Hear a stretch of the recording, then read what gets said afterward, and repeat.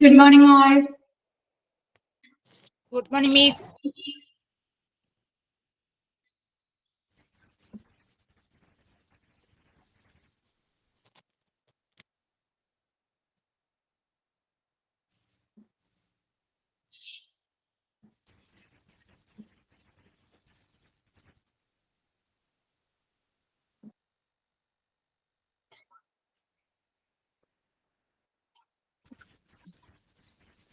Good morning, Miss.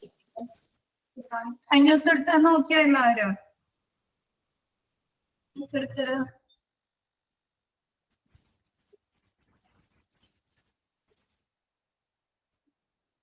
നോക്കിയോ? Morning. എവിടെ വരെ എടുത്തു മിസ്? കീ പെർഫോമൻസ് ഇൻഡിക്കേറ്റേഴ്സ് അല്ല മിസ് എടുത്തേ? Key performance indicators. അതെ അതെ, അതില് ഐ വരെ പറഞ്ഞു. ഐ വരെ എടുത്തു അല്ലേ? Percentage of unplanned return to 40.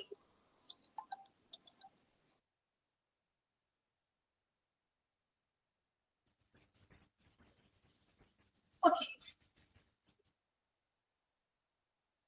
Start ചെയ്യാം.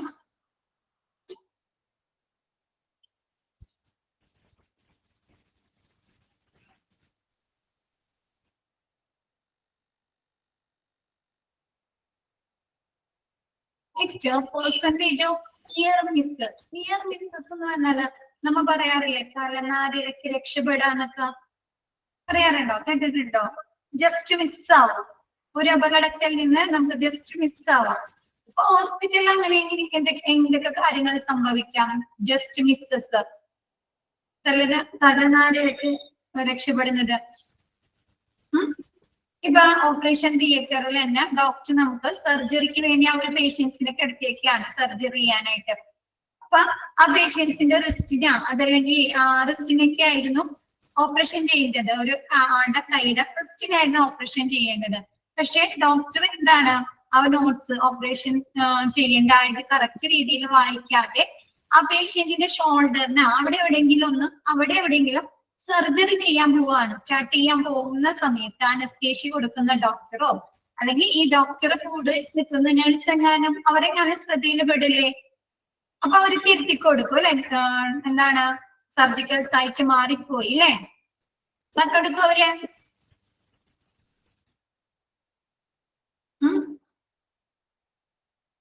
കറക്റ്റ് ചെയ്ത് കൊടുക്കോ ഡോക്ടർക്ക്?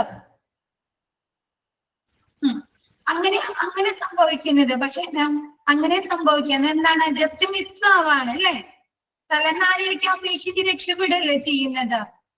റിസ്റ്റിന് ചെയ്യേണ്ട ഓപ്പറേഷൻ ഷോൾഡറിന് ചെയ്ത് കഴിഞ്ഞാലോ ആ പേഷ്യൻസിന് ഭാവിയിൽ എന്തെങ്കിലും ബുദ്ധിമുട്ടുകൾ വരാം അല്ലെ? ഒന്നൂടെ ഹെൽത്ത് ഇഷ്യൂസ് വരാം അല്ലെ? അപ്പൊ അങ്ങനെ സംഭവിക്കുന്ന കേസുകളാണ് ജസ്റ്റ് മിസ്, നിയർ മിസ്സസ്. ഇത് ആ പേഷ്യന്റിന്റെ ശ്രദ്ധയിൽ പെടുകയാണെങ്കിൽ എന്ത് പറ്റും? പേഷ്യൻസ് കോൺഷ്യസ് അല്ല, അനസ്തേഷ്യ ഒക്കെ കൊടുത്തിട്ടും ഇതല്ലെങ്കിൽ എന്ത് പറ്റും? അവരെ ശ്രദ്ധയിൽ പെട്ട് കഴിഞ്ഞാൽ അവർ കംപ്ലൈന്റ് കൊടുക്കോ? ഹോസ്പിറ്റലിനെതിരെ ഡോക്ടർക്കെതിരെ കംപ്ലൈന്റ് കൊടുക്കോ? ഇങ്ങനെ ഒരു സംഭവം ഉണ്ടായിട്ടുണ്ടെന്നും പറഞ്ഞ്. അപ്പൊ അങ്ങനെയുള്ള കേസുകള് അതല്ലെങ്കിൽ ഫാർമസിയില് മരുന്ന് കൊടുക്കുമ്പോ മാറിപ്പോകാം അല്ലെ? ഡോക്ടർ എഴുതി കൊടുക്കുന്ന മരുന്ന് അവിടുത്തെ ഫാർമസിസ്റ്റ് എടുക്കുമ്പോ മാറിപ്പോകാലോ. നമ്മ പറഞ്ഞു ഫാർമസിയിലെ പേഷ്യൻസിന് മരുന്നുകൾ കൊടുക്കുന്ന ഫ്ലോ പറഞ്ഞില്ലേ മിസ്? അതിന്റെയും പ്രിസ്ക്രിപ്ഷൻ ചീട്ട് വാങ്ങിച്ചിട്ട് സ്റ്റോറിൽ നിൽക്കുന്ന ഫാർമസിസ്റ്റുകൾ എന്ത് ചെയ്യും? മെഡിസിനുകൾ എടുത്തു കൊടുക്കും അല്ലെ? അത് കഴിഞ്ഞിട്ട് എന്ത് ചെയ്യും? കൗണ്ടറിൽ ഇരിക്കുന്ന ഫാർമസിസ്റ്റ് ക്രോസ് ചെക്ക് ചെയ്ത് നോക്കിയതിനു ശേഷമല്ലേ പേഷ്യൻസിന് മരുന്നുകൾ കൊടുക്കുന്നത്, മെഡിസിൻ കൊടുക്കുന്നത്. അപ്പൊ ഈ ഫാർമസിസ്റ്റ്, ഈ കൗണ്ടറിന്റെ അടുത്തിരിക്കുന്ന ഫാർമസിസ്റ്റ് ക്രോസ് ചെക്ക് ചെയ്യുമ്പോ അവർക്ക് മനസ്സിലാവാണ് മരുന്ന് മാറിപ്പോയിട്ടുണ്ട്, സ്റ്റോറിലെ ഫാർമസിസ്റ്റ് കൊടുത്ത മരുന്ന് മാറിപ്പോയിട്ടുണ്ട്. അപ്പൊ അവരെന്ത് ചെയ്യും? അവരെ വിളിച്ച് വിവരം പറയില്ലേ? സ്റ്റോറിലെ ഫാർമസിസ്റ്റിനെ വിളിച്ച് വിവരം പറയോ? അപ്പൊ ഇതാണ് ആ പേഷ്യൻസിന്റെ കയ്യിലെത്തുന്നതിന് മുമ്പ്, അല്ലെങ്കിൽ ആ പേഷ്യൻസിന് അങ്ങനെ ഒരു സംഭവം നടക്കുന്നതിന് മുമ്പ് അവരുടെ ശ്രദ്ധയിൽപ്പെട്ട് അത് അവോയ്ഡ് ചെയ്യുന്നതിനെയാണ് നിയർ മിസ്സസ് എന്ന് പറയുന്നത്. ക്ലിയർ ആയത്? ക്ലിയർ ആയോ?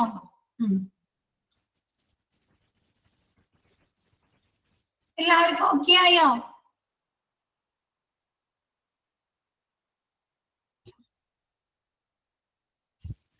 Next, percentage of medical records imperfect or improper concern. എന്താണ് മെഡിക്കൽ റെക്കോർഡ്? പേഷ്യൻസിന്റെ മെഡിക്കൽ റെക്കോർഡ് ഇംപെർഫെക്റ്റ് ആയിട്ട്, നല്ല രീതിയിലല്ലാണ്ട് ഇംപെർഫെക്റ്റ് ആയിട്ട് തയ്യാറാക്കുക, അതല്ലെങ്കിൽ ഇംപ്രോപ്പർ ആയിട്ടുള്ള സമ്മതത്തോടെ, പേഷ്യൻസിന്റെ ശരിയായ സമ്മതത്തോടെ അല്ലാതെ മെഡിക്കൽ റെക്കോർഡ് തയ്യാറാക്കുന്നതിന്റെ പെർസെന്റേജ്, അങ്ങനെ എത്ര റെക്കോർഡുകൾ തയ്യാറാക്കിയിട്ടുണ്ട്? Next, percentage of transfusion reaction. Blood നമുക്ക് ട്രാൻസ്ഫ്യൂഷൻ നടക്കുമല്ലോ.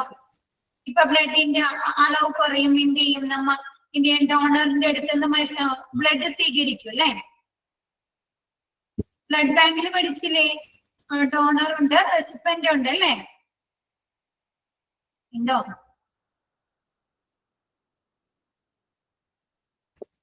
അപ്പൊ നമ്മൾ എന്തൊക്കെ കാര്യങ്ങൾ, അങ്ങനെ ഡോണറുടെ കയ്യിൽ നിന്ന് റെസിപ്പന്റ് ഈ ബ്ലഡ് സ്വീകരിക്കുമ്പോ നമുക്ക് ഒരുപാട് ചെക്കപ്പ് ടെസ്റ്റുകൾ നടത്താറുണ്ടോ?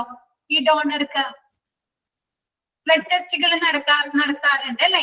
ഈ റെസിപ്പന്റിന്റെ ഈ ഡോണറിന്റെ എന്താണ് ബ്ലഡ് മാച്ച് ചെയ്യുന്നുണ്ടോ അല്ലെ? അവർക്ക് എന്തെങ്കിലും അസുഖങ്ങൾ, HIV പോലെയുള്ള ഇൻഫെക്ഷൻസ്, അങ്ങനെ എന്തെങ്കിലും അസുഖങ്ങൾ ഉണ്ടോ അല്ലെ? ഒരുപാട് കാര്യങ്ങൾ ടെസ്റ്റ് ചെയ്യാറുണ്ട്. അപ്പൊ അങ്ങനെ ശരിയായ രീതിയിൽ ടെസ്റ്റ് ചെയ്യാണ്ട് ഈ ബ്ലഡ് ട്രാൻസ്ഫ്യൂഷൻ എത്ര പെർസെന്റേജ് നടക്കുന്നുണ്ട്? ഇമ്മ്യൂണിറ്റി പവർ ഉണ്ടോ? അപ്പൊ ശരിയായ രീതിയിലുള്ള ടെസ്റ്റുകൾ കൂടാതെ എത്ര ബ്ലഡ് ട്രാൻസ്ഫ്യൂഷൻ നടക്കുന്നുണ്ട്? അങ്ങനെ ബ്ലഡ് ട്രാൻസ്ഫ്യൂഷൻ നടത്തി എത്ര പേർക്ക് ഇൻഫെക്ഷൻസോ അതുമായി ബന്ധപ്പെട്ട എന്തെങ്കിലും അസുഖങ്ങൾ റിപ്പോർട്ട് ചെയ്തിട്ടുണ്ടോ? അപ്പൊ നമ്മളിപ്പോ ഈ പറഞ്ഞ കാര്യങ്ങളൊക്കെ കുറഞ്ഞാൽ മാത്രല്ലേ അതിന്റെയൊക്കെ പെർസെന്റേജ് കുറഞ്ഞാൽ മാത്രമാണ് അല്ലെ ആ ഹോസ്പിറ്റലിൽ ക്വാളിറ്റി ഉണ്ടെന്ന് പറയാൻ പറ്റുള്ളൂ നിങ്ങൾക്ക് അല്ലേ? ആണോ?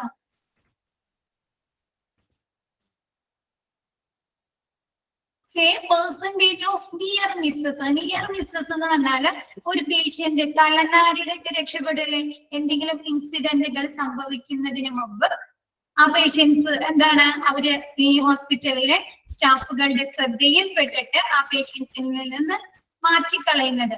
ഇപ്പൊ എന്തെങ്കിലും സർജറി നടത്തും. ഇപ്പൊ നമുക്ക് തന്നെ അറിയാം, പേഷ്യൻസിൽ ഹോസ്പിറ്റലിൽ ഒരേ പേരിൽ രണ്ടാളുകൾ ഉണ്ടാവുക അല്ലെ? 2 വ്യക്തികൾ ഉണ്ടാവുമല്ലോ. മരുന്ന് മാറിപ്പോയില്ലേ? മരുന്ന് മാറിപ്പോ അപ്പൊ ഒരേ പേരില് 2 ആളുകൾ ഉണ്ടാവുമ്പോ എന്താണ് മരുന്ന് മാറിപ്പോവാനുള്ള സാധ്യതയുണ്ട് അല്ലെ? അപ്പൊ എന്ത് ചെയ്യും? അതിക്ക് മുമ്പ് ആ പേഷ്യൻസിന് മരുന്ന് കൊടുക്കുന്നതിന് മുമ്പ് നമ്മളോട് ഫാർമസിസ്റ്റ് ആയാലും നഴ്സ് ആയാലും അല്ലെ, അവരെ ചെക്ക് ചെയ്യാറുണ്ടോ? പേര് ചോദിക്കാറുണ്ട്, ഏജ് ചോദിക്കാറുണ്ട് അല്ലെ? എന്തിനു വേണ്ടിയിട്ടാണത്?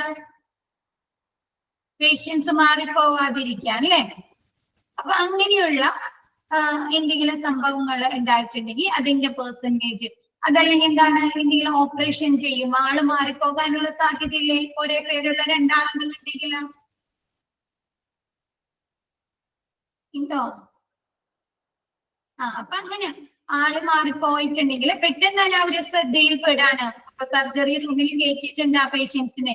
അപ്പൊ എന്താണ് ആ ചെയ്യുന്നതിന് തൊട്ടു മുമ്പ് അവിടെയുള്ള അനസ്തേഷ്യ ഡോക്ടർക്കോ അതല്ലെങ്കിൽ അവിടെ കൂടെ ആ ഡോക്ടറുടെ കൂടെയുള്ള നഴ്സിന്റെ ശ്രദ്ധയിൽപ്പെട്ടിട്ട് അവരെന്താണ് ഡോക്ടറോട് പറഞ്ഞിങ്ങാട്ട് അതിൽ നിന്ന് ആ പേഷ്യൻസിനെ രക്ഷപ്പെടുത്തുന്നതിനെയാണ് നിയർ മിസ്സസ് എന്ന് പറയുന്നത്. ക്ലിയർ ആയോ? അത്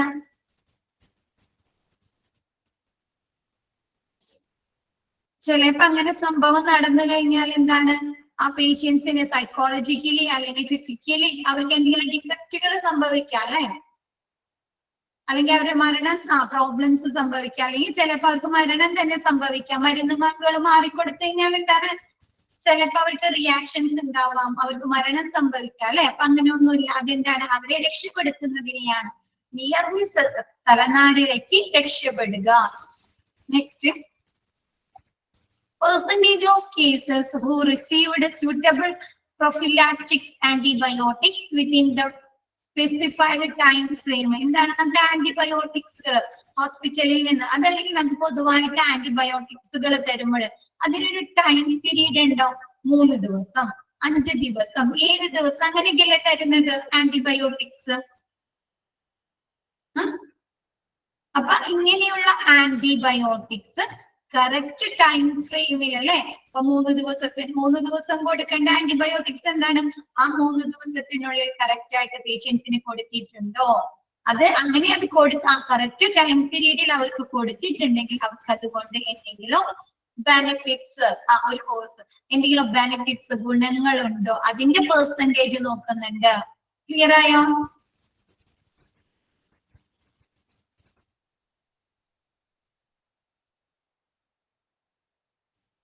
Next, percentage of surgeries where the organization's procedure to prevent hostile events like wrong site, wrong patient, and wrong surgery have been adhered to. എന്തില്ല ഹോസ്പിറ്റലിൽ നമുക്കറിയാം, നമ്മൾ ന്യൂസിലൊക്കെ കണ്ടിട്ടുണ്ടോ, പേപ്പറിലൊക്കെ കേൾക്കാറുണ്ട്, ചില പേഷ്യൻസ് സർജറി ചെയ്ത പേഷ്യൻസ് മാറിപ്പോയി അല്ലെ, അല്ലെങ്കിൽ സർജറിയുടെ തലയിൽ സർജറി ചെയ്യുന്നോടത്ത് ആ പേഷ്യൻസിന് വയറിൽ സർജറി ചെയ്തു അല്ലെ, സർജിക്കൽ സൈറ്റ് മാറിപ്പോയി അല്ലെ, റോങ് സർജറി നടത്തി എന്നുള്ള കേൾക്കാറുണ്ടോ? നമ്മ കേട്ടിട്ടുണ്ടോ നിങ്ങൾ? അപ്പൊ അങ്ങനെയുള്ള എന്തെങ്കിലും പ്രൊസീജിയേഴ്സ്, സർജറി പ്രൊസീജിയേഴ്സ് ഹോസ്പിറ്റലിൽ നടന്നിട്ടുണ്ടെങ്കിൽ അതിന്റെ പെർസെന്റേജ് എന്താണ്?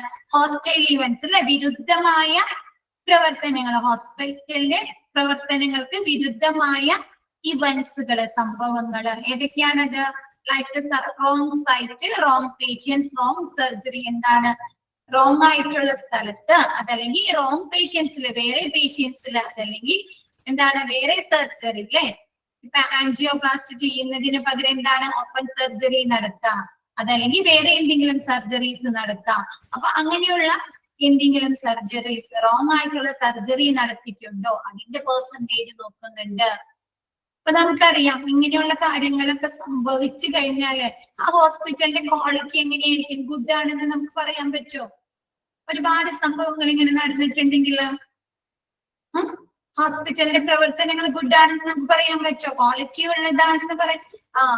അപ്പൊ ഈ പെർസെന്റേജ് ഒക്കെ നോക്കിയിട്ടാണ്, ഇങ്ങനെയുള്ള ഇവന്റ്സുകളുടെ ഇൻസിഡൻസിന്റെ പെർസെന്റേജ് റേറ്റ് നോക്കിയിട്ടാണ് ഹോസ്പിറ്റലിന് അക്രഡിറ്റേഷൻ നൽകുന്നത്. ഇനി ഇപ്പൊ മിസ് എടുക്കുന്നില്ലേ ഈ 32 കീ പെർഫോമൻസ് ഇൻഡിക്കേറ്റേഴ്സ്, അതിന്റെ പെർസെന്റേജ് കാണുന്ന ഇക്വേഷൻസ് ഉണ്ടാവും അല്ലെ. അപ്പൊ പെർസെന്റേജ് അല്ലേ മിസ് പറഞ്ഞ, ജസ്റ്റ് മിസ് പറയുന്നുള്ളൂ, ഇതിന്റെ പെർസെന്റേജ് കാണുന്നുണ്ട് അല്ലെ.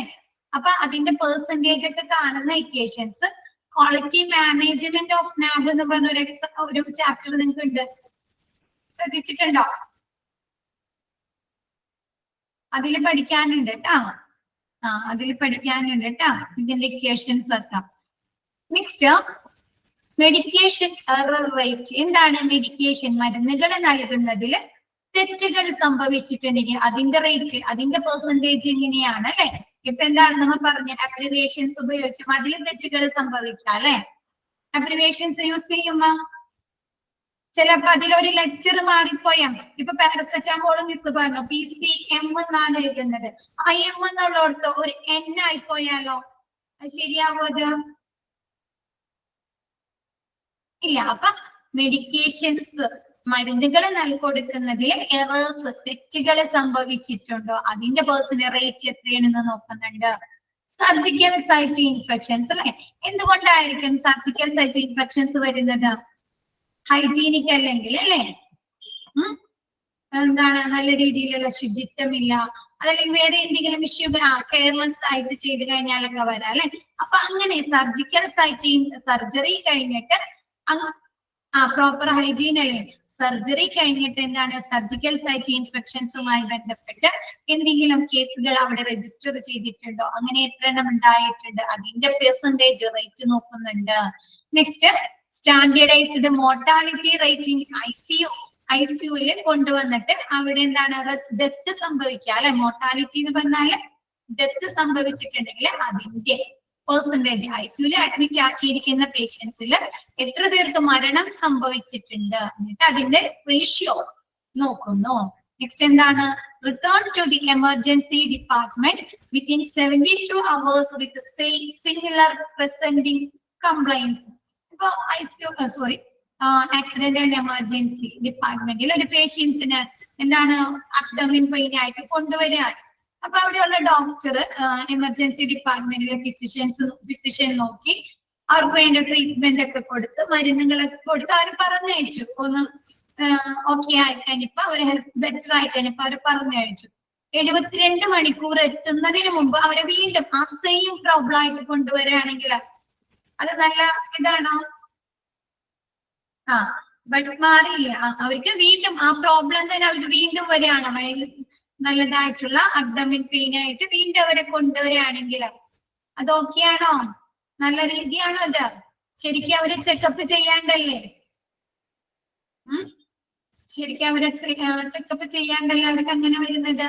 അപ്പൊ അതിന്റെ എത്ര റേറ്റ് ഉണ്ട്? എന്താണ് ഒരു ഹെൽത്ത് ഇഷ്യൂസ് ആയിട്ട് ഇപ്പൊ നെഞ്ചുവേദനയാവാം, അല്ലെങ്കിൽ അബ്ഡോമിൻ പെയിൻ ആകാം, അതല്ലെങ്കിൽ വേറെ എന്തെങ്കിലും പ്രോബ്ലം ആയിട്ട് ഒരു പേഷ്യൻസിനെ എമർജൻസി ഡിപ്പാർട്ട്മെന്റിൽ കൊണ്ടുവന്ന് അവർക്ക് വേണ്ട ട്രീറ്റ്മെന്റ് ഒക്കെ കൊടുത്ത് അവർ പറഞ്ഞയച്ചു. വീണ്ടും 72 മണിക്കൂർ അതായത് 3 ദിവസം എത്തുന്നതിന് മുമ്പ് തന്നെ അവരെന്താണ് വീണ്ടും ആ സെയിം പ്രോബ്ലം ആയിട്ട് എമർജൻസി ഡിപ്പാർട്ട്മെന്റിലേക്ക് കൊണ്ടുവരിക. ക്ലിയർ ആയത്?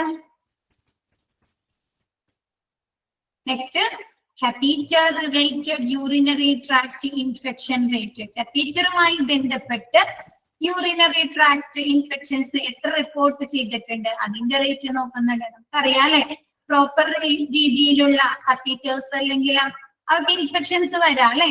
നമുക്കറിയാം ഇത്ര ദിവസം കഴിയുമ്പോൾ അതെന്താണ് ആ ട്യൂബ് മാറ്റിയൊക്കെ കൊടുക്കണ്ടേ? ട്യൂബ് മാറ്റണം എന്തേ?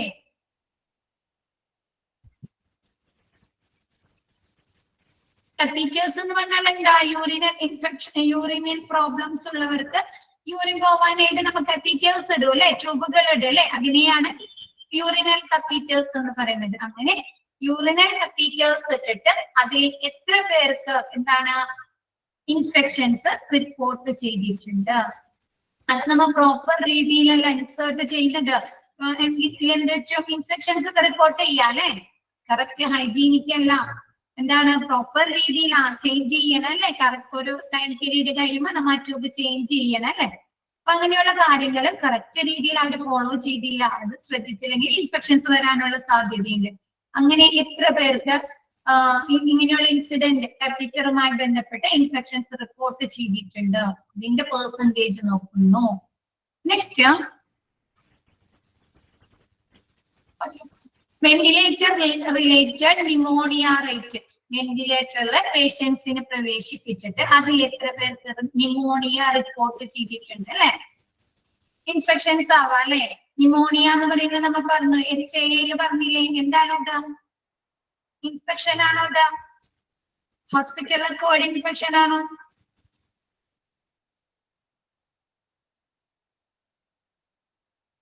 ആണോ?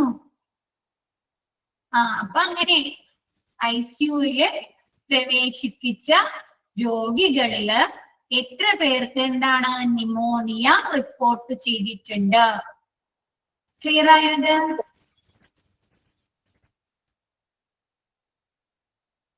Central line related blood stream infection. എന്താണ് ബ്ലഡ് സ്ട്രീം?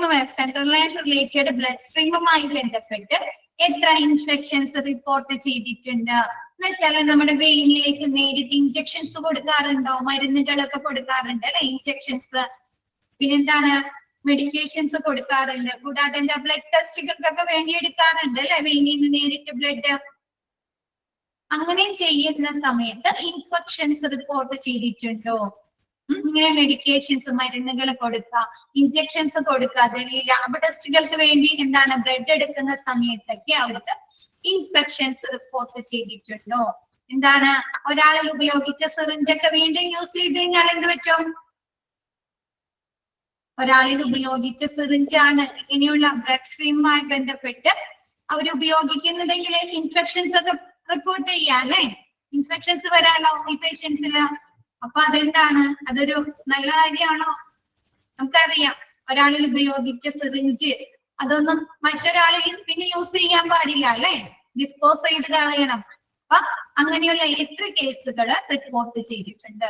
അങ്ങനെ അതിന്റെ പെർസെന്റേജ് നോക്കുന്നു. Same disease. Next hand hygiene compliance rate. നമ്മ HA പഠിച്ചപ്പോ പഠിച്ചു അല്ലെ? എന്താണ് ഡോക്ടർ ഓരോ പേഷ്യൻസിന്റെ എന്താണ് ചെക്കപ്പ് ചെയ്യുന്നതിന് മുമ്പും ശേഷവും എന്ത് ചെയ്യണം പറഞ്ഞോ? കൈ നല്ല രീതിയിൽ കഴുകണം എന്ന് പറഞ്ഞു അല്ലെ? ഡോക്ടർ ആയിക്കോട്ടെ നേഴ്സ് ആയിക്കോട്ടെ അല്ലെ? പഠിച്ചു നോക്കില്ല? പഠിച്ചോ? അപ്പൊ എന്താണ് കറക്റ്റ് രീതിയിലുള്ള ഹാൻഡ് ഹൈജീൻ അല്ലാതെ എന്തെങ്കിലും ഇൻഫെക്ഷൻസ് അതുമായി ബന്ധപ്പെട്ട് എന്തെങ്കിലും ഇൻഫെക്ഷൻ ഹാൻഡ് വാഷ് ചെയ്യണം, എന്താണ് ഇൻഫെക്ഷൻസോ എന്തെങ്കിലും അസുഖങ്ങൾ റിപ്പോർട്ട് ചെയ്തിട്ടുണ്ടോ?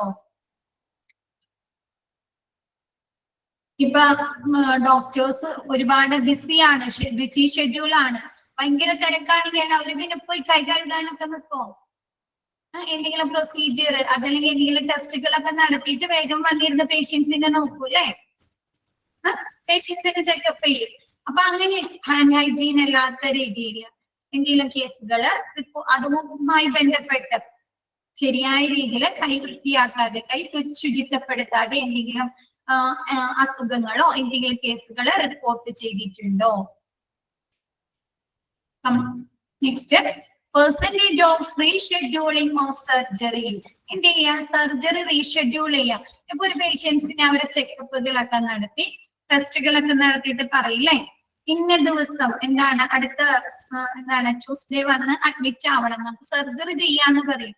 അത് കഴിഞ്ഞിട്ട് ആ ട്യൂസ്ഡേ ആവുന്നതിന് മുമ്പ് അവർ വീണ്ടും അവരെ വിവരം അറിയിക്കുകയാണ് എന്താണ്, അല്ലെങ്കിൽ അവര് ഹോസ്പിറ്റലിൽ വന്നു കഴിയുമ്പോൾ അവരോട് പറയാണ് ഇന്ന് ഡോക്ടർ ഇല്ല, അല്ലെങ്കിൽ വേറെ എന്തെങ്കിലും എന്താണ് അനസ്തേഷ്യയുമായി ബന്ധപ്പെട്ട എന്തെങ്കിലും പ്രോബ്ലംസ് ഉണ്ട്, ഇന്ന് സർജറി ചെയ്യാൻ പറ്റില്ല, നെക്സ്റ്റ് വീക്ക് നമുക്ക് ചെയ്യാന്ന് പറഞ്ഞാൽ അത് ശരിയായ കാര്യമാണോ? ചിലപ്പോ അവർ ഒരുപാട് കാര്യങ്ങൾ മാറ്റി വെച്ചിട്ടായിരിക്കും അല്ലെ ഹോസ്പിറ്റലില് സർജറിക്ക് വരുന്നത്. ചിലപ്പോ അവരുടെ ഹെൽത്ത് കണ്ടീഷൻ വീണ്ടും ചെക്കപ്പുകൾ ചെയ്യാൻ പറയും. കൂടാതെ എന്താണ് ചിലപ്പോ ആ ഒരു ഡേറ്റ് മാറ്റി വെക്കുന്നത് കൊണ്ട് ചിലപ്പോ അവർക്ക് എന്തെങ്കിലും ഹെൽത്ത് ഇഷ്യൂസ് സംഭവിക്കാം അല്ലെ? പ്രോബ്ലംസ് സംഭവിക്കാലോ അത്രയും ക്രിട്ടിക്കൽ സ്റ്റേജിൽ അത്രയും ബുദ്ധിമുട്ടുള്ള പേഷ്യൻസ് ആണെങ്കിൽ. അപ്പൊ എന്താണ് അങ്ങനെ എന്തെങ്കിലും percentage of rescheduling surgeries, surgery reschedule ചെയ്യുന്ന കേസുകൾ എത്രയാണ് അവിടെ റിപ്പോർട്ട് ചെയ്തിട്ടുണ്ട്?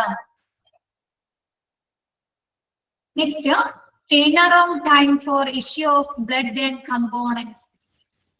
ടേൺ അറൗണ്ട് ടൈം എന്താണ്? ലബോറട്ടറി എടുത്തപ്പോ മിസ് എടുത്തിട്ടുണ്ടായി ടേൺ അറൗണ്ട് ടൈം. ഓർമ്മയുണ്ടായിരിക്കെങ്കിലും turn around time first and second മോഡ്യൂളും കഴിഞ്ഞപ്പോ അവിടെ നിർത്തിപ്പോന്നോ? ഫൈനൽ എക്സാം എഴുതണ്ടേ നമുക്ക്? ഫസ്റ്റും സെക്കൻഡും തേർഡും ഫോർത്തും ഒക്കെ പറ. ടേൺ അറൗണ്ട് ടൈം പറ. ക്ലാസ്സിൽ ഇരുന്നവർക്കാണെങ്കിൽ പെട്ടെന്ന് പറയാൻ പറ്റും. ലബോറട്ടറി ക്ലാസ്സിൽ ഉണ്ടായിരുന്നവർക്കാണെങ്കിൽ ഒരാളുടെ ബ്ലഡ് അതല്ലെങ്കിൽ നമ്മൾ ടെസ്റ്റ് ചെയ്യുന്ന സാമ്പിൾ ഇപ്പൊ സെല്ലാവാം അല്ലെ, ടിഷ്യൂസ് ആവാം, അത് കളക്ട് ചെയ്തിട്ട് അതിന്റെ റിപ്പോർട്ട് കൊടുക്കാൻ എടുക്കുന്ന സമയമില്ലേ?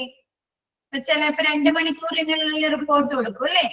ചിലപ്പോ എന്താണ് 24 hours ആവില്ലേ അതിന്റെ റിസൾട്ട് ആവാനായിട്ട്. അങ്ങനെ എടുക്കുന്ന സമയത്തിനെയാണ് ടേൺ അറൗണ്ട് ടൈം എന്ന് പറയുന്നത്. ക്ലിയർ ആയത്? നീ മറന്നാവോ?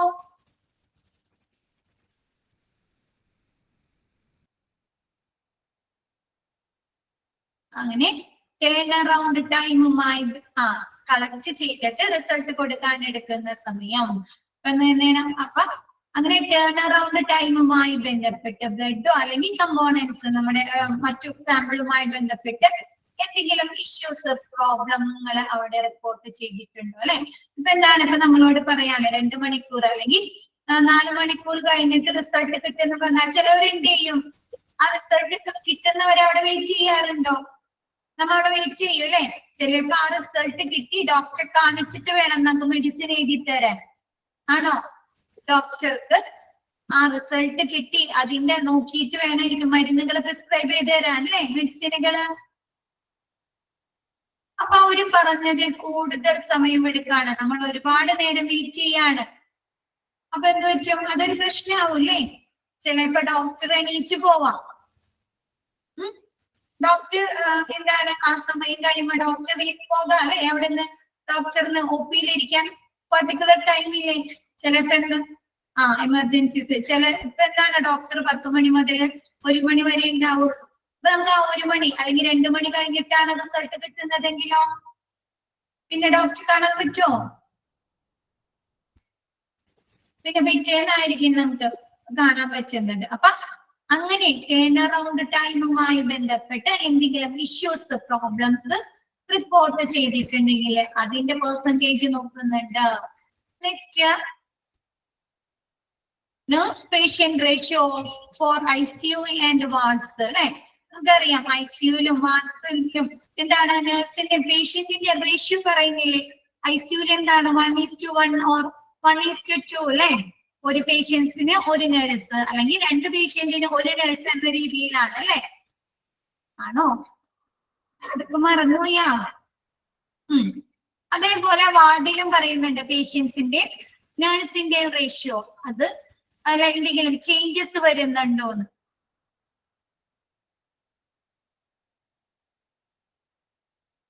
ക്ലിയർ ആയത്? ഇപ്പൊ ഐസിയുല് 1:1 or 1:4 എന്ന് പറയുന്നത് എന്തുകൊണ്ടാ? ഐസിയുല് അത്രയും ക്രിട്ടിക്കൽ ആയിട്ടുള്ള പേഷ്യൻസിനെ ആയിരിക്കണം ഐസിയുല് പെടുത്തുന്നത് അല്ലെ? ആണോ? ഐസിയുല് ഇന്റൻസീവ് കെയർ യൂണിറ്റ് ആണ് അല്ലെ? അത്രത്തോളം തീവ്ര പരിചരണം നല്ല കെയർ കിട്ടേണ്ട പേഷ്യൻസിനല്ലേ ഐസിയുല് പെടുത്തേണ്ടത്. അപ്പൊ അവിടെ നഴ്സിന്റെ റേഷ്യോ കുറഞ്ഞു പോയാല് പേഷ്യൻസിനെ അപേക്ഷിച്ച് നഴ്സിന്റെ റേഷ്യോ കുറഞ്ഞു പോയാല് അവിടെ എന്തെങ്കിലും പ്രോബ്ലംസ് സംഭവിക്കോ?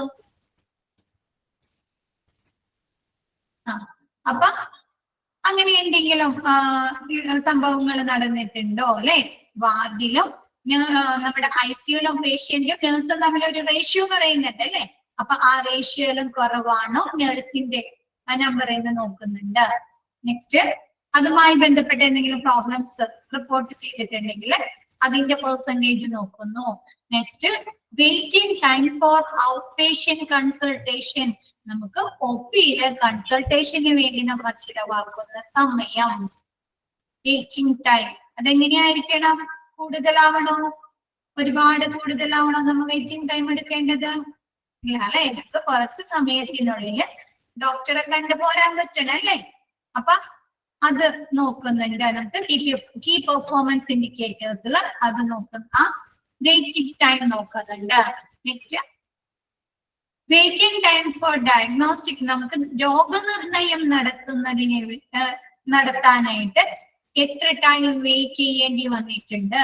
ഇപ്പൊ ഡോക്ടറുടെ റൂമിന്റെ മുമ്പിലാകാം, അതല്ലെങ്കിൽ എന്താണ് ലാബിൽ നിന്ന് ടെസ്റ്റ് റിസൾട്ടുകൾ കിട്ടി ഡോക്ടർ അത് ചെക്ക് ചെയ്ത് നമ്മുടെ ഡയഗ്നോസിസ് നടത്തുന്നതിനാവാം അല്ലെ?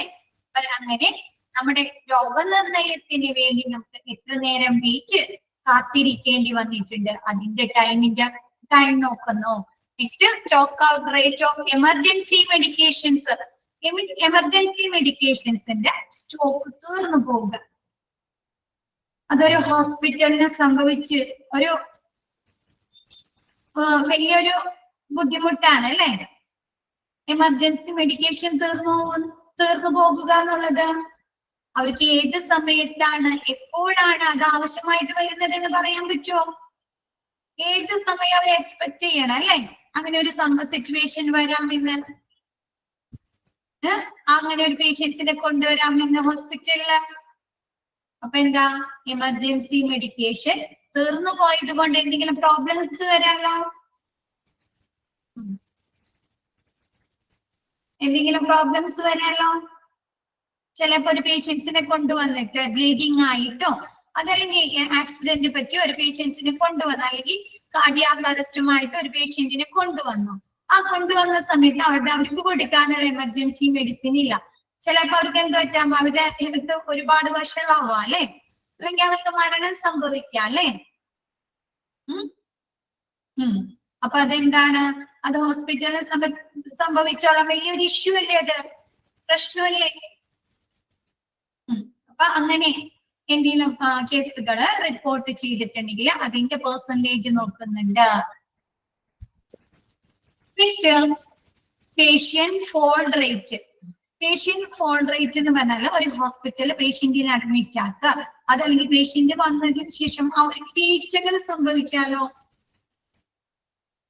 ഓക്കെ, ഇപ്പൊ മിസ് പറഞ്ഞതാണോ എമർജൻസി മെഡിക്കേഷൻ ആണോ, stock out rate of emergency medication ആണോ?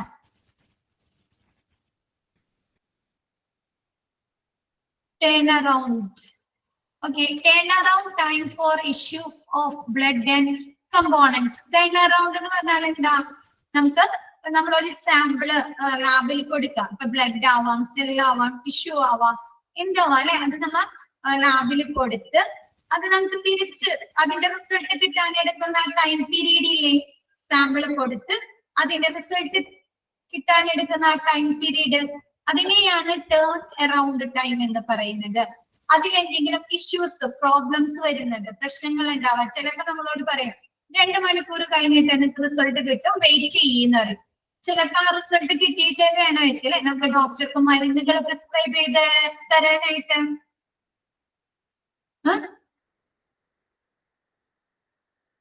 അതല്ലേ പറഞ്ഞത് അമ്പിളി, അതല്ലേ പറഞ്ഞത് turn around time of four issue 2 days. അപ്പൊ എന്ത് പറ്റും, ചിലപ്പോ നമുക്ക് ആ 2 മണിക്കൂർ എന്നുള്ളത് ഒരുപാട് ലേറ്റ് ആക്കി കഴിഞ്ഞാൽ എന്താണ്, മിസ് ഒരു എക്സാമ്പിൾ പോലെ പറഞ്ഞതാ. ചിലപ്പോ 2 മണിക്കൂറായിരിക്കും, ചില ടെസ്റ്റുകൾക്ക് 2 മണിക്കൂർ മതി, ചില ടെസ്റ്റുകൾക്ക് 24 hours വേണം, ചില ടെസ്റ്റുകൾക്ക് എന്താണ് 2 ദിവസം വേണം അല്ലെ. അപ്പൊ ആ റിസൾട്ട് അവർ പറഞ്ഞ സമയത്ത് കൂടുതൽ എടുക്കുക. അതുമായി ബന്ധപ്പെട്ട എന്തെങ്കിലും പ്രോബ്ലംസ്, പ്രശ്നങ്ങള് ഹോസ്പിറ്റലിൽ റിപ്പോർട്ട് ചെയ്തിട്ടുണ്ടെങ്കിൽ അതിന്റെ പെർസെന്റേജ് നോക്കുന്നു. ക്ലിയർ ആയ അമ്പിളി?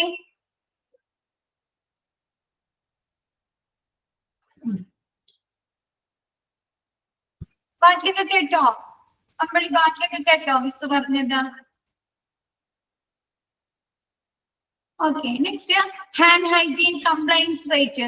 നല്ല പ്രോപ്പർ ആയിട്ടുള്ള ഹാൻഡ് ഹൈജീൻ എല്ലാം ഇത് എന്തെങ്കിലും കേസുകൾ ഹോസ്പിറ്റൽ റിപ്പോർട്ട് ചെയ്യാം അല്ലെ. ഇപ്പൊ നമ്മൾ HAI പഠിച്ചു എന്താണ് പ്രോപ്പർ, എന്താണ് ഒരു ഡോക്ടർ അല്ലെങ്കിൽ നഴ്സ് ഒരു പേഷ്യന്റിനെ തൊടുന്നതിന് മുമ്പ് അല്ലെ, ചെക്കപ്പ് ചെയ്യുന്നതിന് മുമ്പും ചെക്കപ്പ് ചെയ്തതിനു ശേഷം ശരിയായ രീതിയിൽ കൈ കഴുകാന്നുള്ളതാണ്. അല്ലെങ്കിൽ എന്ത് പറ്റും, ആ രോഗിയിൽ നിന്ന് മറ്റൊരാൾ ചെക്കപ്പ് ചെയ്യും, അയാളിലേക്ക് ഇൻഫെക്ഷൻസ് സ്പ്രെഡ് ചെയ്യാം അല്ലെ. സ്പ്രെഡ് ചെയ്യോ? ഇൻഫെക്ഷൻസ് സ്പ്രെഡ് ചെയ്യാം. അപ്പൊ ശരിയായ രീതിയിൽ കൈ കഴുകാതെ, കൈ ഹൈജീൻ ചെയ്യാതെ എന്തെങ്കിലും ഇൻഫെക്ഷൻസ്, എന്തെങ്കിലും അതുമായി ബന്ധപ്പെട്ട എന്തെങ്കിലും അസുഖങ്ങൾ റിപ്പോർട്ട് ചെയ്തിട്ടുണ്ടെങ്കിൽ അതിന്റെ പെർസെന്റേജ് നോക്കുന്നു.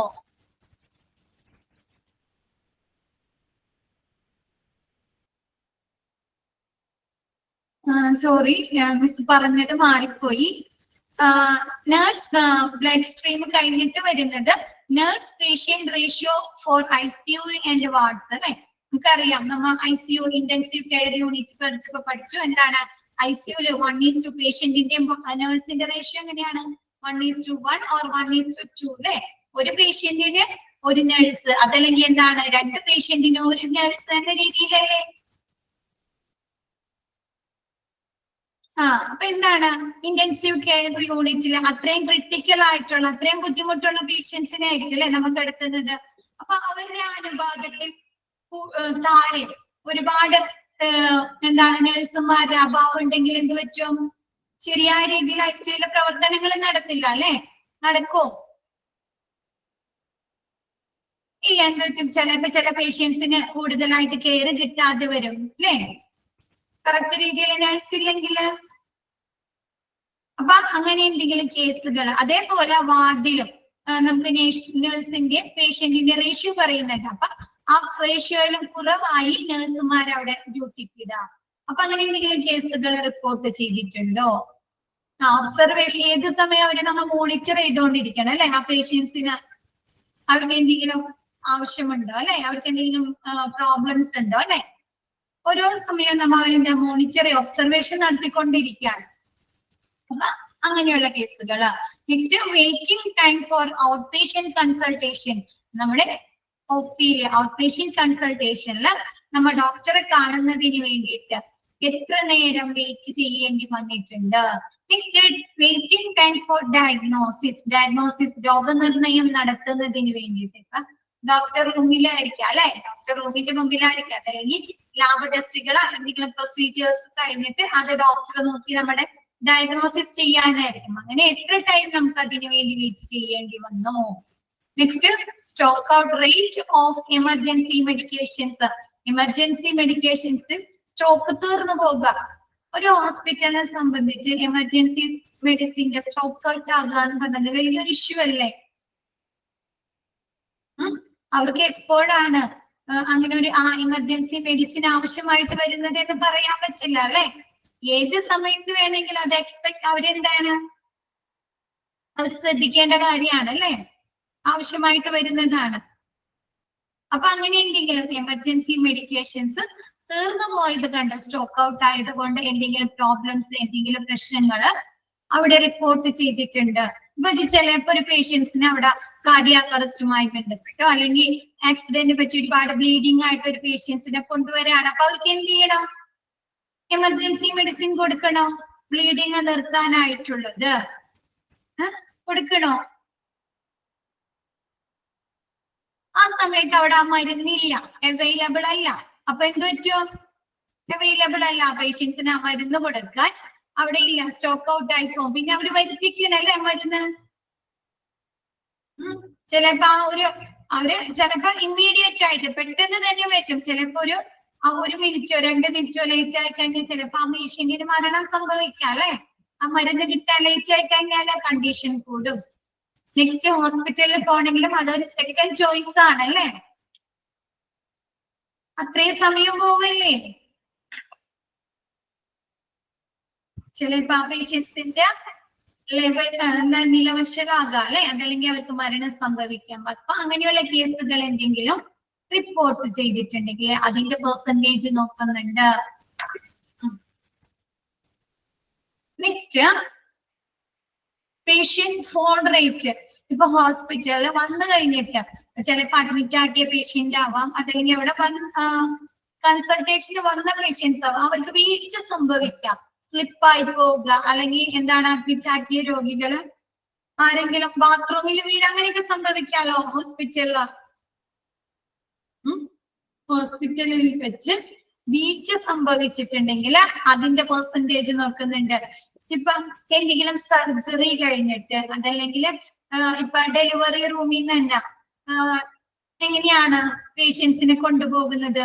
വീൽ ചെയറിലൊക്കെ ആയിരിക്കും അല്ലെ മാറ്റുന്നത്, അവരെ ഷിഫ്റ്റ് ചെയ്യുന്നത്. എന്തുകൊണ്ടാണ്? ചിലപ്പോ അവര് സെഡേഷനിൽ അല്ലെ? ഇപ്പൊ സർജറി ഒക്കെ കഴിയുമ്പോൾ സർജറിക്കൊക്കെ വേണ്ടി അവർക്ക് അനസ്തേഷ്യ, സെഡേഷൻ ഒക്കെ കൊടുത്തിട്ടുണ്ടാവാം അല്ലെ?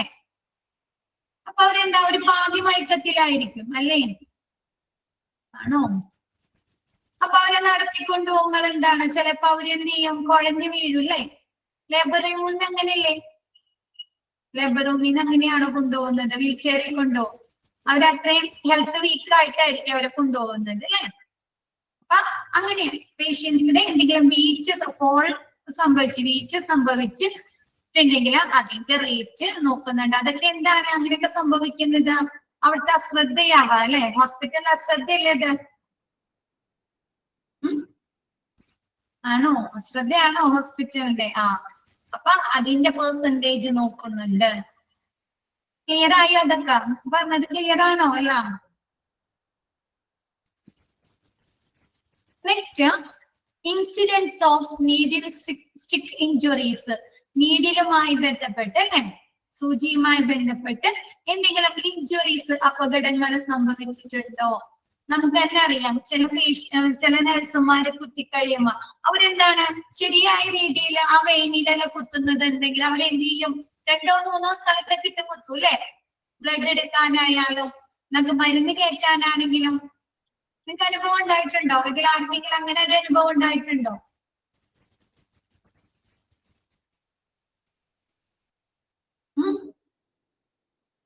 ഉണ്ടായിട്ടുണ്ടോ?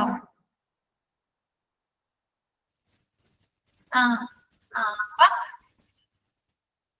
ഓക്കെ. അപ്പൊ അങ്ങനെ എന്തെങ്കിലും നീഡിൽ സ്റ്റിക്ക് ഇഞ്ചുറീസുമായി നമ്മൾ ആ നീഡിൽ കയറ്റുന്ന സമയത്ത് അതുമായി ബന്ധപ്പെട്ട എന്തെങ്കിലും ഇഞ്ചുറീസ്, പരിക്കുകള് റിപ്പോർട്ട് ചെയ്തിട്ടുണ്ടെങ്കിൽ അതിന്റെ റേറ്റ് നോക്കുന്നുണ്ട്, പെർസെന്റേജ് നോക്കുന്നുണ്ട്. ചിലപ്പോ എന്ത് പറ്റും, ആ പേഷ്യന്റിന്റെ കൂടെയുള്ള ബൈസ്റ്റാൻഡേഴ്സ് അല്ലെങ്കിൽ അവരുടെ റിലേറ്റീവ്സ് ഒരുപാട് ഷോട്ട് ചെയ്യാം അല്ലെ. ഇങ്ങനെ മൂന്നാല് ഒരു ചിലപ്പോ ചെറിയ കുഞ്ഞുങ്ങളുടെ വെയിനൊക്കെ ഉണ്ടായിരിക്കും ഭയങ്കര വെയിൻ. ഓക്കെ, ഭയങ്കര വീക്കായിരിക്കും അല്ലെ ചെറിയ കുഞ്ഞുങ്ങളുടെ. 2 മാസം 3 മാസമൊക്കെ പ്രായമുള്ള കുഞ്ഞുങ്ങളുടെ. അപ്പൊ അവരെന്താണ് ബ്ലഡ് എടുക്കാനോ ഒക്കെ ആയിട്ട് ഒരുപാട് സ്ഥലത്ത് കുത്തുമ്പോ കൂടെ നിൽക്കണം, നമുക്കത് ബുദ്ധിമുട്ടാണോ? എക്സാമ്പിൾ പോലെ പറഞ്ഞാണ് കേട്ടോ മിസ്. നമ്മ എന്ത് ചെയ്യും? അവിടെ ബഹളം ഉണ്ടാക്കോ? പൊതുവെ ഹോസ്പിറ്റൽ ബഹളം ഉണ്ടാക്കോ? അപ്പൊ അങ്ങനെ മീഡിയൽ സ്റ്റിക്ക് ഇഞ്ചുറീസുമായി ബന്ധപ്പെട്ട് എന്തെങ്കിലും അപകടങ്ങള്, ഇൻസിഡൻസുകളോ എന്തെങ്കിലും സംഭവങ്ങള് റിപ്പോർട്ട് ചെയ്തിട്ടുണ്ടോ? അതിന്റെ പെർസെന്റേജ് നോക്കുന്നു. Next, suitable handovers during shift change. ഇപ്പൊ നമുക്ക് എന്താണ് നമുക്കറിയാം, ഹോസ്പിറ്റലിൽ ഷിഫ്റ്റ് ചേഞ്ച് ഉണ്ട് അല്ലെ. ഡോക്ടേഴ്സിന്റെ ഡ്യൂട്ടി ടൈം, അതേപോലെ നഴ്സുമാരുടെ ഡ്യൂട്ടി ടൈം ചേഞ്ച് ചെയ്യില്ലേ? ഡേയും നൈറ്റും ഉണ്ട് അല്ലെ. ഉണ്ടോ? ഉണ്ട്. അപ്പൊ ആ സമയത്ത് എന്ത് ചെയ്യണം? ആ ഷിഫ്റ്റ് ചേഞ്ച് ചെയ്യുമ്പോൾ എന്ത് ചെയ്യണം? ഈ രോഗിയെ കുറിച്ചുള്ള എല്ലാ ഇൻഫോർമേഷൻസും പുതിയ ഷിഫ്റ്റിൽ കയറുന്ന നഴ്സുമാർക്ക്, ഡോക്ടേഴ്സിന് പറഞ്ഞു കൊടുക്കണോ? ഡ്യൂട്ടിയിൽ കയറുന്ന ഫുൾ ഡീറ്റെയിൽസ്. അവർക്ക് ഇപ്പൊ ഏതൊക്കെ മെഡിസിൻ കൊടുത്തിട്ടുണ്ട് അല്ലെ, ഇനി അടുത്തതായിട്ട് അവർക്ക് എന്ത് മെഡിസിൻ കൊടുക്കണം, എന്ത് ഇഞ്ചക്ഷൻ കൊടുക്കണം അല്ലെ, മെഡിക്കൽ റെക്കോർഡ്സുകൾ. അങ്ങനെ ശരിയാ സൂട്ടബിൾ ആയിട്ടുള്ള ഹാൻഡ് ഓവേഴ്സ് അല്ലാത്ത എന്തെങ്കിലും കേസുകൾ, പ്രോബ്ലംസ് അവിടെ റിപ്പോർട്ട് ചെയ്തിട്ടുണ്ടോ? ക്ലിയർ ആയത്? Next, compliance rate to medication prescription in capitals. എന്താണ്? പ്രിസ്ക്രിപ്ഷനിൽ ക്യാപിറ്റൽ ലെറ്റേഴ്സ് യൂസ് ചെയ്തത് കൊണ്ട് എന്തെങ്കിലും കംപ്ലൈൻസുകൾ രജിസ്റ്റർ ചെയ്തിട്ടുണ്ടെങ്കിൽ അതിന്റെ റേറ്റ് നോക്കുന്നുണ്ട്. ഇപ്പൊ എന്താണ്, ചിലപ്പോ ക്യാപിറ്റൽ ലെറ്റേഴ്സിലൊക്കെ എഴുതി കഴിഞ്ഞാൽ ചിലപ്പോ എന്താണ് നമ്മുടെ ഫാർമസിയിലുള്ള ആളുകൾക്ക് മനസ്സിലാവില്ല അല്ലെ ആ എഴുതിയതില്. മെഡിക്കേഷൻസ് നമ്മൾ പറഞ്ഞ അബ്രിവിയേഷനിലെ തെറ്റുകൾ സംഭവിക്കാം. അതേപോലെ ക്യാപിറ്റൽ ലെറ്റേഴ്സിലൊക്കെ എഴുതി കഴിഞ്ഞാല് ചിലപ്പോ അവർക്ക് എന്താണ് മനസ്സിലാവായികയോ എന്തെങ്കിലും ബുദ്ധിമുട്ടുകൾ ഉണ്ടെങ്കിൽ അതിൽ എന്തെങ്കിലും മെഡിക്കേഷൻസിലെ റേറ്റ് എന്താണ് എറേഴ്സ് സംഭവിച്ചിട്ടുണ്ടെങ്കിൽ അതിന്റെ റേറ്റ് നോക്കുന്നുണ്ട്. ക്യാപിറ്റൽ ലെറ്റേഴ്സിൽ എഴുതാം.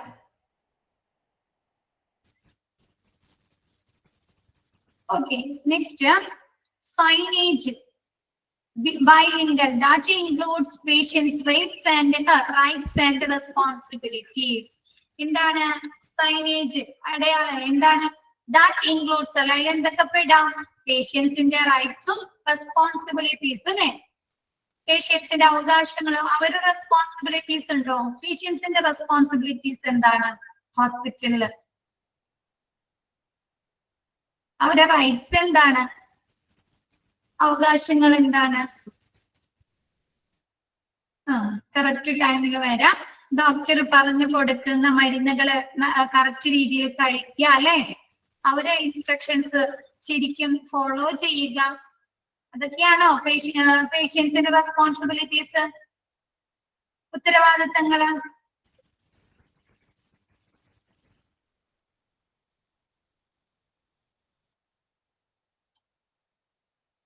ബൈലിംഗൽ അല്ല, സൈൻലേജ് അല്ലെങ്കിൽ എന്താണ് രണ്ടുപേരുടെ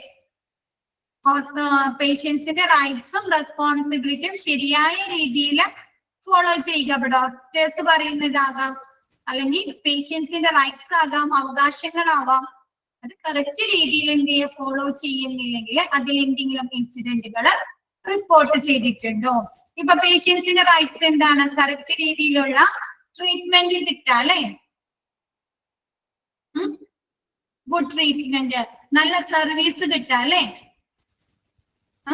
ബെറ്റർ സർവീസ് കിട്ടുക. അപ്പൊ അതിലെന്തെങ്കിലും സംഭവങ്ങൾ നടക്കാലോ, ഫോൾട്ടുകൾ, തെറ്റുകൾ സംഭവിക്കാലോ പരിചരണത്തില്, ട്രീറ്റ്മെന്റുകളിൽ. അപ്പൊ അങ്ങനെയുള്ള എന്തെങ്കിലും തെറ്റുകൾ സംഭവിച്ചിട്ടുണ്ടോ? പേഷ്യൻസിന്റെ റെസ്പോൺസിബിലിറ്റീസ് അവർ കറക്റ്റ് രീതിയിൽ പാലിക്കുന്നുണ്ടോ എന്നുള്ള കാര്യങ്ങൾ ശ്രദ്ധിക്കുന്നുണ്ട്. അതിന്റെ പെർസെന്റേജ് നോക്കുന്നു. Next staff training record. നമ്മ ഡിസാസ്റ്റർ മാനേജ്മെന്റ് പഠിച്ചു അല്ലെ? സ്റ്റാഫുകൾക്ക് ഒരുപാട് മോക്ക് ഡ്രില്ലുകൾ കൊടുക്കുന്നുണ്ട്.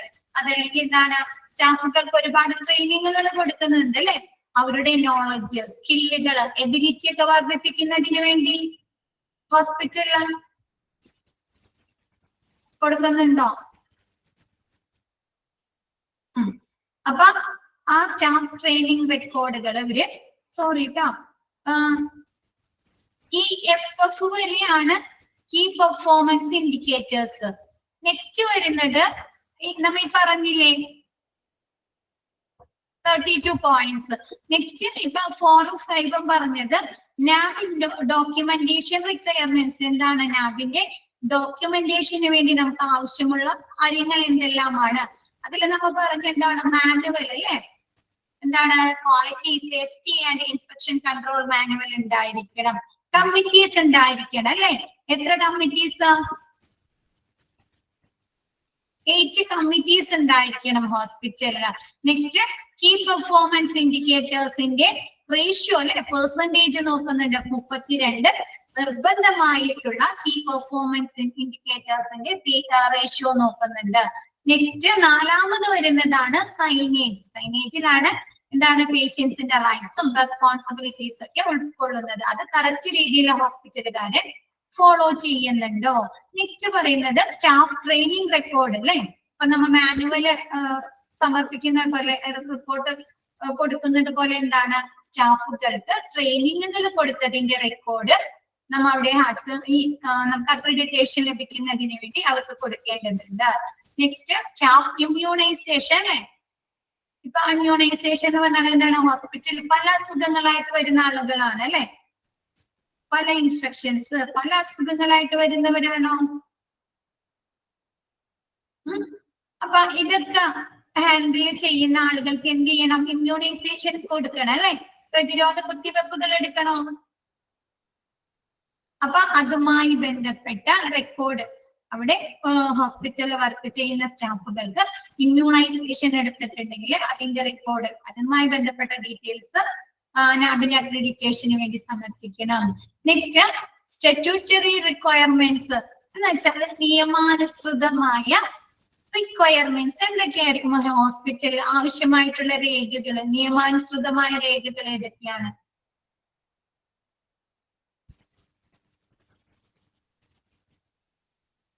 മെഡിക്കൽ റെക്കോർഡ്സ്, അതെന്താ അവിടെ ഉള്ളത്? MNC എന്താണ് അവിടുത്തെ പ്രവർത്തനത്തിന് വേണ്ടത്? പ്രവർത്തനങ്ങൾക്ക് ഫയർ ആൻഡ് സേഫ്റ്റി സർട്ടിഫിക്കേഷൻ വേണം അല്ലെ? എക്യുപ്മെന്റുകൾ, അതല്ലെങ്കിൽ എന്താണ്, ഫയർ ആൻഡ് സേഫ്റ്റി സർട്ടിഫിക്കറ്റ് വേണോ? പൊല്യൂഷൻ കൺട്രോൾ സർട്ടിഫിക്കേഷൻ അല്ലെ? എൻവയോൺമെന്റുമായി ബന്ധപ്പെട്ട് പൊല്യൂഷൻ കൺട്രോൾ സർട്ടിഫിക്കേഷൻ വേണം. പിന്നെ എന്താണ്, ബയോമെഡിക്കൽ വേസ്റ്റുമായി ബന്ധപ്പെട്ട് വേണോ? ആംബുലൻസ്. പിന്നെന്താണ്, റേഡിയേഷനുമായി ബന്ധപ്പെട്ട് വേണം അല്ലെ? റേഡിയേഷൻ ലൈസൻസ് വേണോ? CSSD radiation. പിന്നെന്താണ്, ബ്ലഡ് ബാങ്കുമായി ബന്ധപ്പെട്ട് വേണോ? ബ്ലഡ് ബാങ്കുമായി ബന്ധപ്പെട്ട് ബ്ലഡുകൾ സ്റ്റോർ ചെയ്യാനായിട്ട് ലൈസൻസ് വേണം അല്ലെ? അപ്പൊ ഒരുപാട് നിയമാനുസൃതമായ രേഖകൾ അവര് ഹാജരാക്കേണ്ടതുണ്ട്. അങ്ങനെയുള്ള രേഖകളെ, റിക്വയർമെന്റ്സ് അവര് ഹാജരാക്കുക. Lab technician. Okay.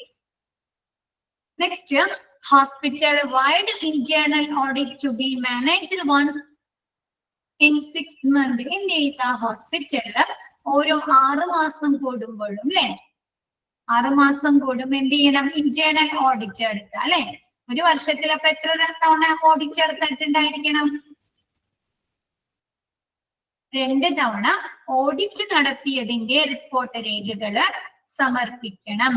Next, 2 quality improvement projects in A year. നമ്മൾ പറഞ്ഞ ക്വാളിറ്റി ഇംപ്രൂവ്മെന്റിൽ എന്താണ് ഹോസ്പിറ്റലിൽ നടക്കുന്ന പ്രവർത്തനങ്ങളെ കുറിച്ച് വിലയിരുത്തും അല്ലെ, ക്വാളിറ്റി വർദ്ധിപ്പിക്കുന്നതിന് വേണ്ടി. അതെന്താണ്? ഔട്ട് ഗോയിങ് പ്രോസസ് ആണ് അല്ലെ, ഓൺ ഗോയിങ് പ്രോസസ് ആണ് അല്ലെ, കണ്ടിന്യൂസ് പ്രോസസ് ആണ് അല്ലെ. സ്റ്റോപ്പ് ചെയ്യുന്നുണ്ടോ? തുടർച്ചയായി നടന്നുകൊണ്ടിരിക്കുന്നതാണ് അല്ലെ.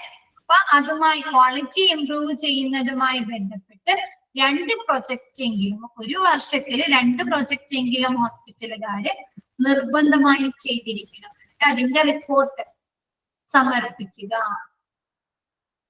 ക്ലിയർ ആയത്?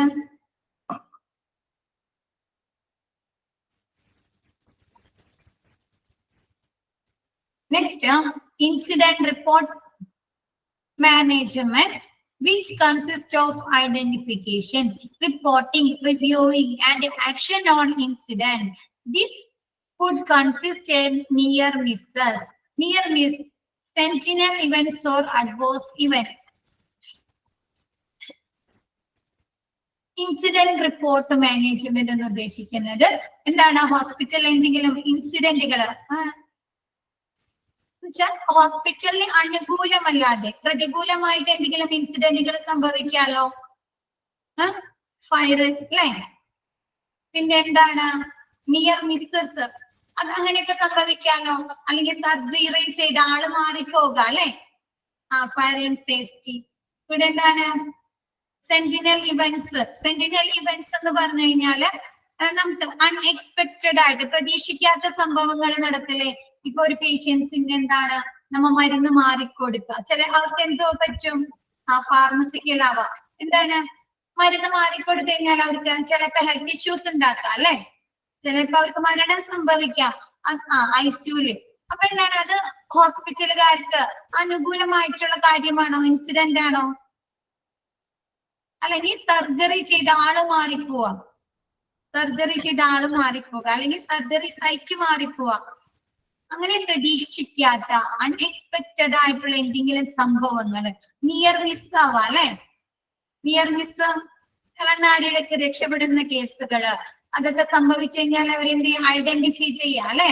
ഹോസ്പിറ്റലില് ഇൻസിഡന്റ് റിപ്പോർട്ട് മാനേജ്മെന്റ് എന്ത് ചെയ്യുക? ഇങ്ങനെയുള്ള കാര്യങ്ങള് ഐഡന്റിഫൈ ചെയ്യുകയും അതിന്റെ റിപ്പോർട്ട് തയ്യാറാക്കുക, റിവ്യൂ നടത്തുകയും ചെയ്യുക. കൂടാതെ എന്താണ് ആ ഇൻസിഡന്റിന് എന്ത് ആക്ഷൻ ആണ്, എന്ത് പ്രതിവിധിയാണ് അവർ സ്വീകരിച്ചതെന്നും അവർ റിപ്പോർട്ടിൽ രേഖപ്പെടുത്തുക. സെന്റിനൽ ഇവന്റ്സ് എന്ന് പറഞ്ഞു കഴിഞ്ഞാല് അൺഎക്സ്പെക്റ്റഡ് ആയിട്ട് എന്തെങ്കിലും സംഭവങ്ങൾ സംഭവിക്കില്ലേ ഹോസ്പിറ്റലിലോ, പ്രതീക്ഷിക്കാത്ത അങ്ങനെയുള്ള കേസുകൾ. അപ്പൊ എന്താണ് മരുന്ന് പെട്ടെന്ന് മാറിക്കൊടുക്കുക പേഷ്യൻസിന്, അല്ലെങ്കിൽ എന്താണ് സർജറി ചെയ്തത് മാറിപ്പോകുക, ചിലപ്പോ അവരത് കരുതി കൂട്ടി ചെയ്തതാവില്ല അല്ലെ. അതുമൂലം പേഷ്യൻസിന് എന്ത് സംഭവിക്കാം? സൈക്കോളജിക്കലി അതല്ലെങ്കിൽ ഫിസിക്കലി അവർക്ക് എന്തെങ്കിലും പ്രോബ്ലംസ് ഉണ്ടാവാം അല്ലെ, ഉണ്ടാവോ? മരണം സംഭവിക്കാം അല്ലെ. അപ്പൊ അങ്ങനെയുള്ള കേസുകളാണ് സെന്റിനൽ ഇവന്റ്സ്. അപ്പൊ അങ്ങനെയുള്ള കേസുകൾ എന്തെങ്കിലും റിപ്പോർട്ട് ചെയ്തിട്ടുണ്ടെങ്കിൽ അത് ഐഡന്റിഫൈ ചെയ്യാൻ, പിന്നെ അത് റിപ്പോർട്ട് രേഖപ്പെടുത്തുക, റിവ്യൂ നടത്താം അല്ലെ, എന്തൊക്കെ കാര്യങ്ങളാണ് സംഭവിച്ചിട്ടുള്ളതെന്ന് റിവ്യൂ നടത്താം. കൂടാതെ എന്താണ് ആ സംഭവം റിക്കവർ ചെയ്യാനായിട്ട് അവർ അതിനെതിരെ എന്ത് ആക്ഷൻ ആണ് സ്വീകരിച്ചത് അല്ലെ. ഇപ്പൊ എന്തൊരു കാര്യം ഉണ്ടായാലും അതിൽ നിന്ന് രക്ഷപ്പെടാൻ അവരെന്തെങ്കിലും ഒരു പ്രതിവിധി കണ്ടെത്താലോ. എവിടെയാണെങ്കിലും, ഹോസ്പിറ്റൽ ആണെങ്കിലും ഏതൊരു സെക്ഷൻ ആണെങ്കിലും അല്ലെ. അപ്പൊ അതിനു വേണ്ടി എന്ത് ആക്ഷൻ ആണ് അവർ സ്വീകരിച്ചത്, അതിന്റെ റിപ്പോർട്ട് രേഖപ്പെടുത്തണം. ഇപ്പൊ ചിലപ്പോ ഡോക്ടർ അവിടെ നിന്ന് ഡിസ്മിസ് ചെയ്യാം അല്ലെ, പറഞ്ഞു വിടാലോ. അങ്ങനെയായിരിക്കും ചിലപ്പോ അവര് ചെയ്യുന്നത് ഹോസ്പിറ്റലുകാര്. ആണോ ആണോ ഒരു എക്സാമ്പിൾ ഒക്കെ പോലെ പറഞ്ഞാൽ നിങ്ങൾക്ക് മനസ്സിലാകാൻ വേണ്ടി പറയുന്നതാണ്. അപ്പൊ അങ്ങനെയുള്ള കാര്യങ്ങൾ അവര് രേഖപ്പെടുത്തുക. ഇന്നടുത്ത ഭാഗം ക്ലിയർ ആയോ മിസ്?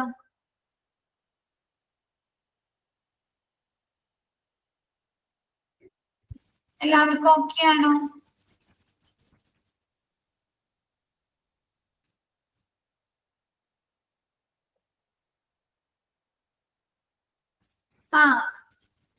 അതുമായി ബന്ധപ്പെട്ട് എന്തെങ്കിലും നീഡിൽ സ്റ്റിക്ക് ഇഞ്ചുറീസുമായി ബന്ധപ്പെട്ട് ഹോസ്പിറ്റലിൽ എന്തെങ്കിലും റിപ്പോർട്ട് ചെയ്തിട്ടുണ്ട് കേസുകൾ, എന്തെങ്കിലും മുറിവ് പറ്റുക, അവർക്ക് എന്തെങ്കിലും സംഭവങ്ങൾ നടന്നിട്ടുണ്ടെങ്കിൽ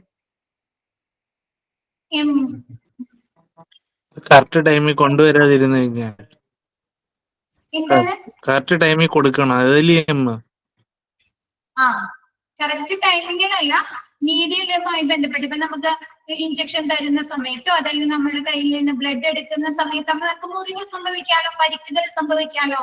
കറക്റ്റ് രീതിയിലല്ല അവർ ചെയ്യുന്നതെങ്കിൽ ഇപ്പൊ എക്സ്പീരിയൻസ്ഡ് ആയിട്ടുള്ള ആൾ അല്ലെങ്കിൽ എന്ത് വെച്ചോ ചിലപ്പോ നമുക്ക് 2-3 സ്ഥലത്തൊക്കെ അവർ കുത്തല്ലേ, നീഡിൽ വെച്ച് ബ്ലഡ് കിട്ടാൻ വേണ്ടിയിട്ടും ഇഞ്ചക്ഷൻ എടുക്കാൻ വേണ്ടിയിട്ടൊക്കെ കറക്റ്റ് വെയിൻ കിട്ടിയില്ലെങ്കിൽ കൊച്ചു കുഞ്ഞുങ്ങൾക്കൊന്നും കിട്ടാതിരുന്നില്ലേ?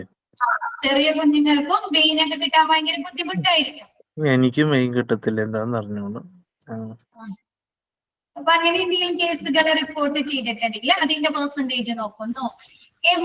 Percentage of cases who received suitable prophylactic antibiotics within the specified time period. ഇപ്പൊ നമുക്കറിയാം ഒരു ആന്റിബയോട്ടിക്സ് നമുക്ക് തന്നു കഴിഞ്ഞാൽ എന്താണ്, ചിലപ്പോ 3 ദിവസം അല്ലെങ്കിൽ 5 ദിവസം അല്ലെങ്കിൽ 7 ദിവസം അങ്ങനെ യൂസ് ചെയ്യാൻ പറയുന്നത്. ഹോസ്പിറ്റലിൽ അഡ്മിറ്റ് ആക്കിയിട്ടാണെങ്കിലും അങ്ങനെയായിരിക്കും അല്ലെ, നമ്മൾ അഡ്മിറ്റ് ആക്കുന്നത് എന്തിന്റെ ബേസിസിലായിരിക്കും, ആ ആന്റിബയോട്ടിക്സ് കഴിയാനുള്ള കോഴ്സ് തീരാനുള്ള ദിവസം അല്ലെ. അപ്പൊ ആ കറക്റ്റ് ടൈം പീരീഡിൽ നമുക്ക് ആന്റിബയോട്ടിക്സുകൾ തന്നിട്ടുണ്ടോ, ആ പേഷ്യൻസിന് ആന്റിബയോട്ടിക്സുകൾ കൊടുത്തിട്ടുണ്ടോ, അത് എന്നിട്ട് അത് കൊടുത്തിട്ടുണ്ടെങ്കിൽ അവർക്ക് അതുമായി ബന്ധപ്പെട്ട് എന്തെങ്കിലും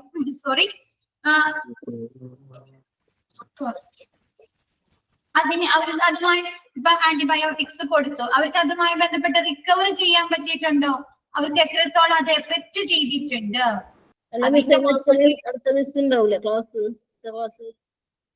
ക്ലിയർ ആയില്ലേ അമ്പിളി? അമ്പിളിയാണോ? അല്ല ടീച്ചർ, അടുത്ത ടീച്ചർ ഇല്ലേന്ന് ചോദിച്ചതാ. ഉണ്ട്, ഞാൻ ഡൗട്ട് ചോദിച്ചു കാരണം മിസ് ഇരുന്നാണ്. അപ്പൊ മിസ് നെക്സ്റ്റ് ക്ലാസ്സിൽ ബാക്കി എടുക്കാം കേട്ടോ. ഇന്നത്തെ ക്ലാസ് മിസ് വൈൻഡ് അപ്പ് ചെയ്യാണ്, ബാക്കി നെക്സ്റ്റ് ക്ലാസ്സിൽ. ടീച്ചറെ ഡി ആരോ ചോദിച്ചായിരുന്നു, അതൊന്നും കൂടെ എക്സ്പ്ലെയിൻ ചെയ്ത് കൊടുക്കാം. ആരും ഇപ്പം ഡിയുടെ കാര്യം ചോദിച്ചായിരുന്നു. Number of reported reporting error per 1000 investigation. Investigation എന്ന് പറഞ്ഞാൽ ലാബ് ടെസ്റ്റുകൾ നടത്താം അല്ലെ.